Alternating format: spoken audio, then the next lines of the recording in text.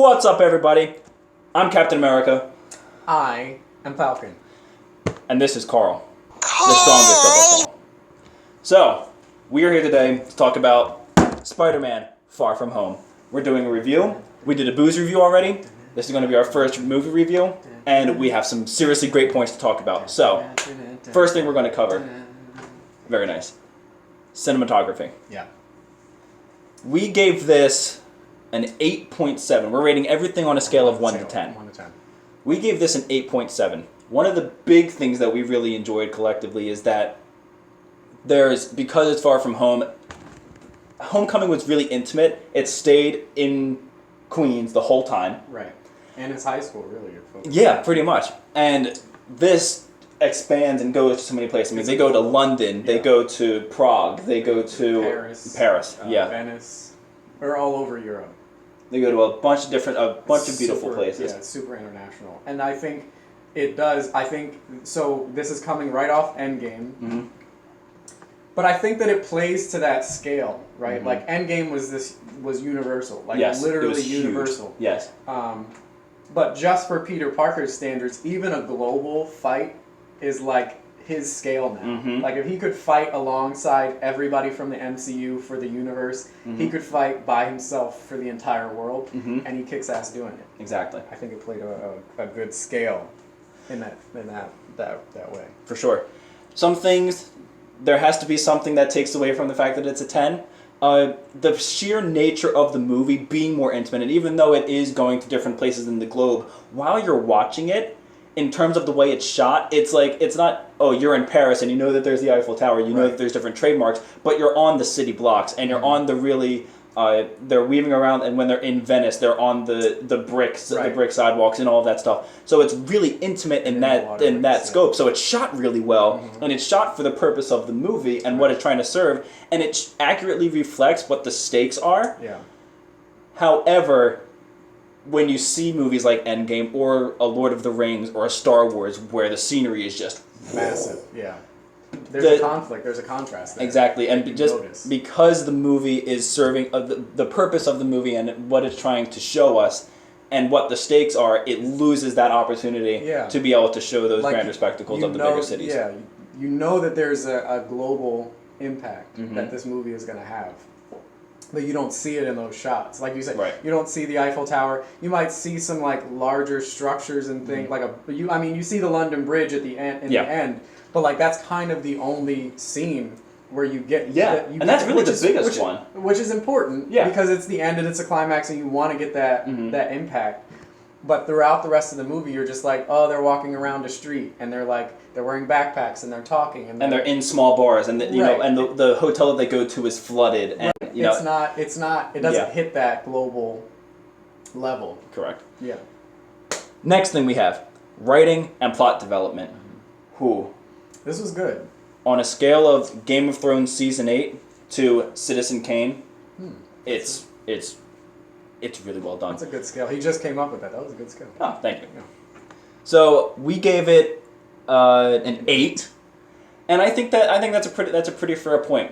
My big thing, and because there's a lot to like about it. The pacing is fantastic. It was great. I think that again, the script serves its purpose. There's comedic relief where it has to happen. The serious moments are serious. Everything's placed really well. Yeah. When you want it, when you expect it, like as you've seen MCU deliver, but still some plot twists along the way, which is always important. Probably the most important part. And there's no empty dialogue, which is a feat in and of itself because MJ and Peter Parker, their dynamic is awkward. The epitome of awkward. That teenage angst, that really caring about someone but not knowing how to say it. That like puppy love silence. Yeah. And having characters like that and having a relationship like that can present the opportunity for a lot of empty writing where they're kind of just silent, but even their silence and even their quiet interactions with each other still have some type of substance, which is something really difficult to achieve, but I think they ended up pulling it off. Yeah. What took away from this for me, and this might be a bit of a hot take, but I really don't like that they use blip. Yeah, blip is... Yeah, that didn't sit well with me because after watching the whole universe, seeing, because Black Widow is no longer alive because of the blip. I mean, there's so many. Iron Man is gone. Iron Man is gone, and they can call it the blip now. It's kind of like, oh, it's funny now because we recovered from it, and it's in the past. Ha ha ha. But there was a lot that was sacrificed, and if it did, and if people didn't come back, I feel that. Is there any point where we find out that there might be people who didn't come back for some reason from the snap? Well, we don't find that out in this movie, I don't think. No, but I wonder if that's a plot. So I reduced this rank a little bit for reasons like that. We don't know the other impacts that this movie could play on in 2 or 3 movies down the road, and things like that. We don't know if we still lost people. If people just didn't come back. Maybe the next movie we do find out that there were 100,000 people who just never came back after Iron Man snapped his fingers again at the end of Endgame. So I reduced my score to an 8 for that reason, because there could be some plot points that 2 or 3 movies down the road were how are they going to tie that back and cover their asses? How Civil War acted for the first Avengers. Right, exactly. That covers up plot points, but when you look at the first Avengers just by itself, you're all right, this is great. But when you the farther you get into it, the more nuanced each movie previously becomes, because you're oh, well, this is how it connected back then, and this is the chain of events that led to where they are now. And I think that between Avengers and Civil War, they do that really well, and I'm expecting them to do that in this next phase. And so that's why I gave it an 8. I didn't want to give it a perfect 10. You also brought up a good point about justifying how they're trying to use the name blip as opposed to the snap, so that it lessens the power and the gravitas that it had. Yeah, I mean, you think about snap is a really dramatic word. And they know exactly who did it. Right, and a lot of people I don't even think to like to mention the name Thanos. Obviously Thor, we saw that in Endgame where he was gripping up Hulk. Don't say that name again. And I think that people really do understand how impactful the snap was. Yeah. And I don't know, maybe calling it blip makes it a little bit funnier, makes it lessens the tension and the impact of what actually happened. Maybe I'm looking too much into it, but I did think it was an interesting point for them, out of all words, to call it a blip. Yeah. But I did like the way that it played into the overall they brought it universe. They introduced it really, really well, and they showed it with the marching band. I think that it definitely matched the tone of the rest of the movie. It was really good exposition too. This gives us a focal point for the next phase to really understand there's going to be tons of people who are different ages and they missed 5 years of things, and people are going to have to figure out how to interact with this new reality that some people just stay the same age for 5 years, and some people are 5 years older. It's an interesting plot point. I think it was really good writing to be able. Development. That was good. This was really good. Yeah. And this is just this isn't even casting. Just thinking about the characters themselves, I think that the biggest thing that you can take away from Far From Home is that Spider-Man is the shit. He is that guy now. If you were concerned or confused or unsure, this is the movie to let you go back. A big old goose egg where doubt used to be.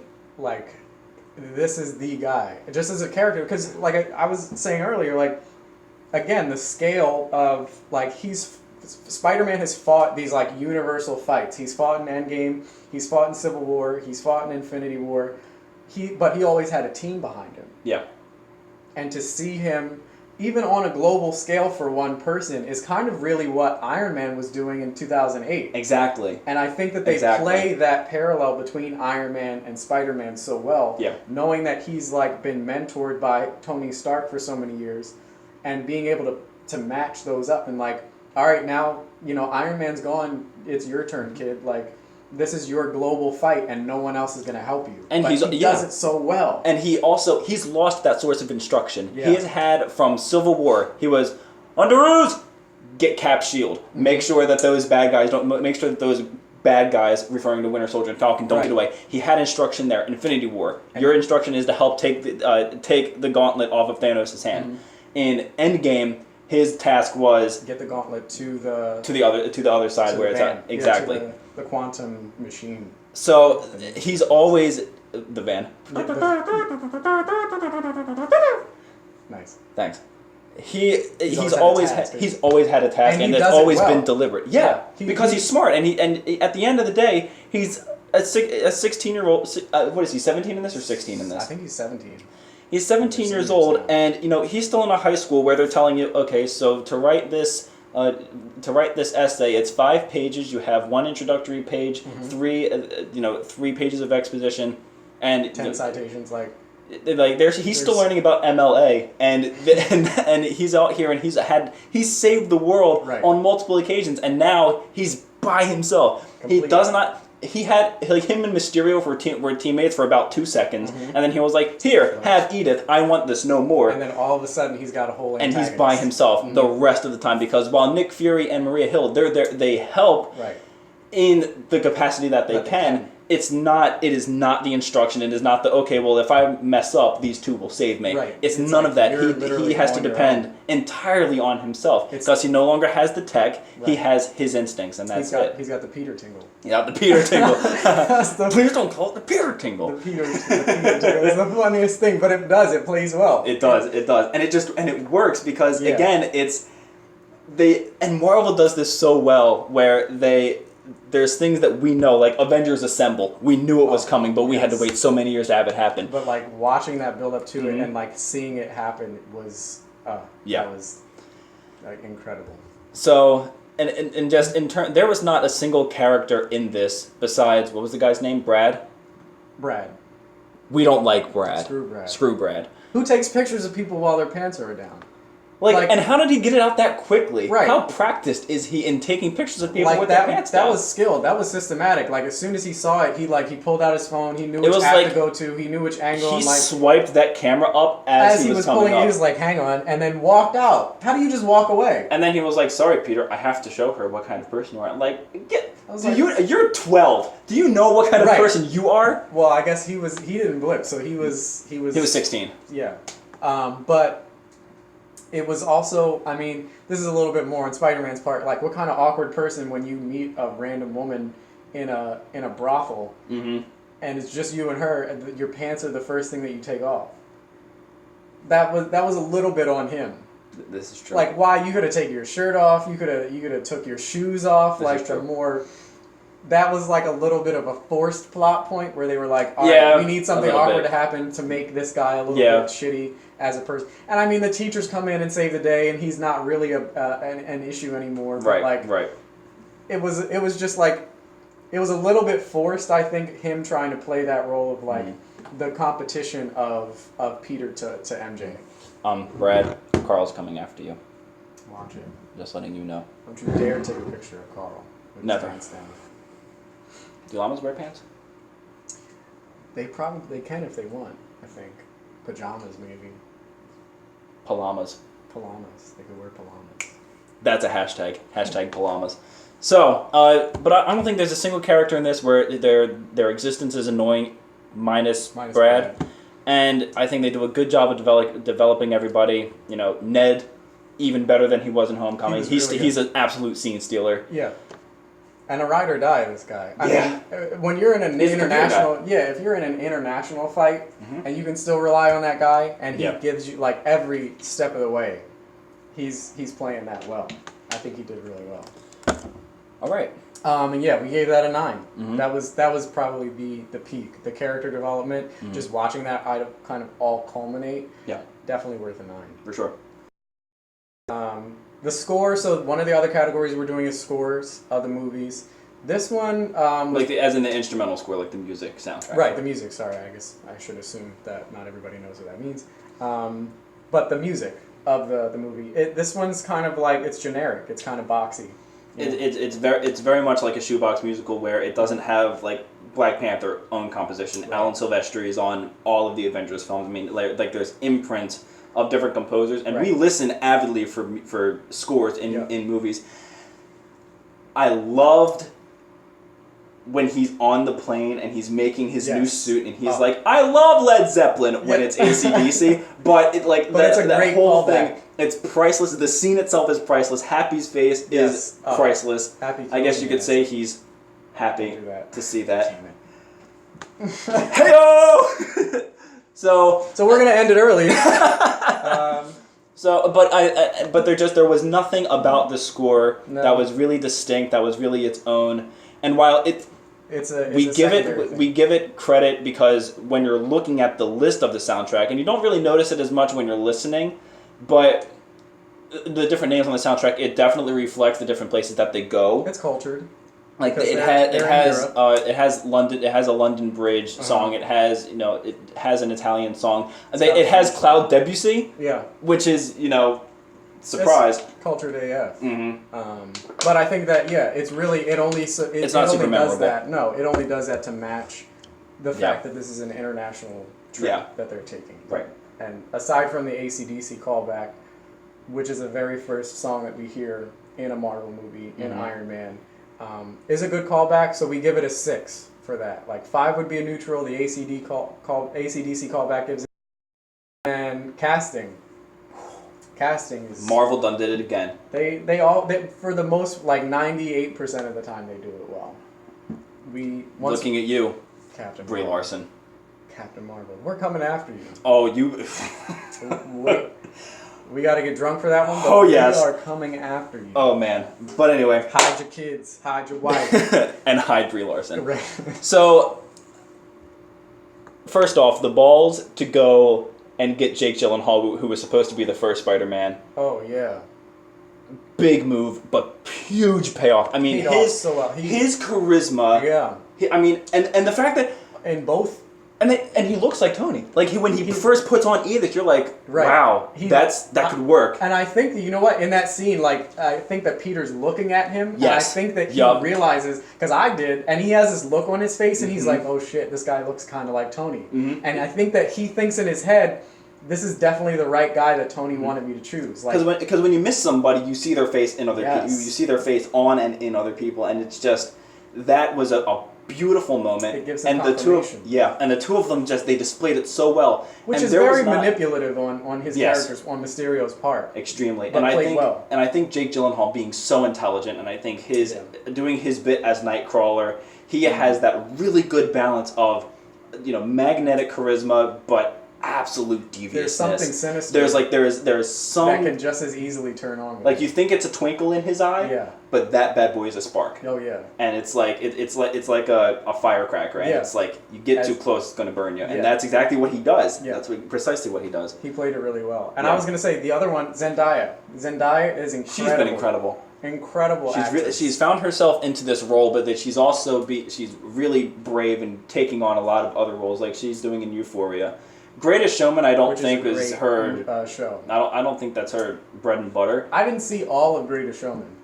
I have to watch it from end to end. But she's been magnificent in these last couple of movies. Incredible. You guys should watch Euphoria if you're okay with nudity at points and drugs and alcohol and all that kind of angst stuff that you would expect. But she plays it so well to a new level. It's not just your fly-by-night angsty teen show. It's this gets deep. It's real, and she does an amazing job in that show.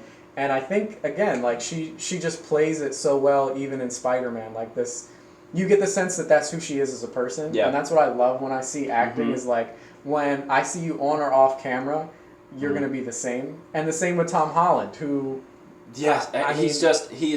He's very much as Spider-Man. He is the one who wants to do right by all, and he is the biggest Marvel fanboy. Yeah, that is an Avenger. Right. And he's precisely that same childlike fascination. Yes. Those pictures where Mark Ruffalo is just oh my God, it's him. Him. And then someone's just everyone should tell Mark Ruffalo that he's also famous. He's a celebrity. There are people that are like, is that Mark Ruffalo? Right. Same thing goes for Tom Holland. He is the same way. Magnetic, and he's not magnetic in a polarizing way either. He's works so well. He's completely approachable and lovable. The way that he does it. We were originally going to give this a 9, but then we remembered something extremely important that kicked this up to a 9.5. And it was that J.K. Simmons cameo. He's back, bro.